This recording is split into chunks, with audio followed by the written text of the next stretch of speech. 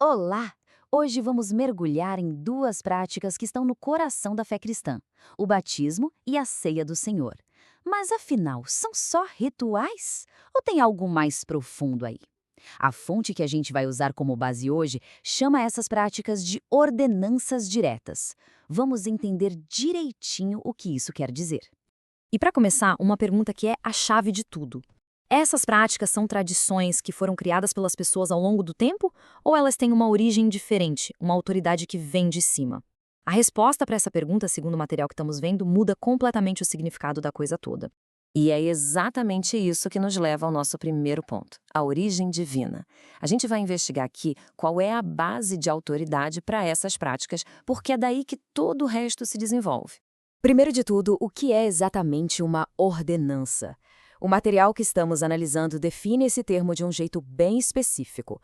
Olha, não é um simples costume ou uma cerimônia qualquer. É uma prática que foi, e aqui eu cito, instituída de maneira explícita e soberana pelo próprio Senhor Jesus. O foco total aqui está na ação direta, na intenção de Cristo. Agora, o mais interessante aqui é a consequência disso. Quando o texto descreve Jesus como o único legislador, a ideia é que mais ninguém, nenhuma pessoa, nenhuma instituição, nem a própria igreja, tem autoridade para criar ou para cancelar práticas como essas. Essa autoridade é só dele e de mais ninguém. E aqui está a principal evidência que o texto usa para defender essa ideia. Esse trecho de Mateus é apresentado como o comando direto, a ordem explícita de Jesus para os seus seguidores. Repare que não é uma sugestão, né? É uma ordem bem clara que coloca o ato de batizar como uma parte essencial da missão. E esse comando não tinha data de validade, viu? O texto faz questão de ressaltar que Jesus mandou que essas ordenanças continuassem até o fim do mundo. Isso é importantíssimo, porque dá a elas um caráter permanente. Não eram práticas só para aquela época, mas para toda a história da igreja. Então, beleza. O ponto central é que a autoridade vem direto de Cristo e é algo permanente. Agora vamos entrar na nossa segunda parte para ver exatamente quais são essas santas ordenanças.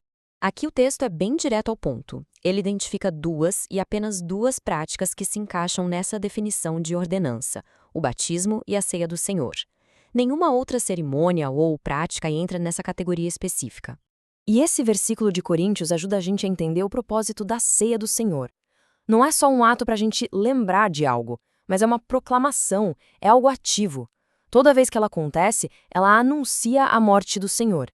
E assim como o batismo, tem uma duração bem definida, até que ele venha. Ok, então a gente já sabe o que são as ordenanças e de onde elas vêm. A pergunta que surge naturalmente é sobre a execução, e isso nos leva direto para a nossa última sessão, a administração correta. A fonte vai direto ao ponto nessa questão. Se essas práticas são tão importantes, se foram instituídas por Deus, quem é que tem a permissão para conduzi-las? E a resposta que o texto dá é bem clara. Não é uma tarefa para qualquer pessoa. Como a gente vê aqui, a função é restrita. A administração dessas santas ordenanças segue uma ordem específica. Não é algo que qualquer um pode simplesmente decidir fazer. Então, qual é o critério? Quem pode fazer isso? De acordo com a fonte, existem duas qualificações essenciais, dois requisitos que uma pessoa precisa ter para ministrar o batismo e a ceia do Senhor. E os requisitos são estes aqui. Primeiro, a pessoa deve ser qualificada para isso. E segundo, ela precisa ser chamada por um comissionamento de Cristo. Vamos ver agora o que a fonte usa para dar base a essas duas ideias. Olha só que interessante. O trecho de Mateus aparece de novo, mas agora o foco é um pouco diferente. A instrução ide, batizando-os, é vista não apenas como um comando para que o batismo aconteça, mas como a própria comissão de Cristo sendo entregue aos seus apóstolos. É ali que se estabelece a linha de autoridade. E esse versículo de Coríntios amarra muito bem a ideia de ser qualificado. Os administradores são vistos como ministros de Cristo e dispenseiros dos mistérios de Deus. A palavra dispenseiro é muito forte aqui, né? Ela se refere a alguém de confiança, alguém que recebeu a responsabilidade de cuidar e distribuir algo muito precioso, do jeito certo e com fidelidade. E assim a gente fecha nossa análise. A fonte nos deixa com essa pergunta para refletir: como a origem de uma prática define a sua execução? Fica muito claro que, para o material que a gente viu, a crença numa origem divina molda diretamente todas as regras sobre quem pode participar e quem pode administrar esses atos sagrados. A autoridade, nesse caso, não é algo que se toma para si, mas algo que é delegado.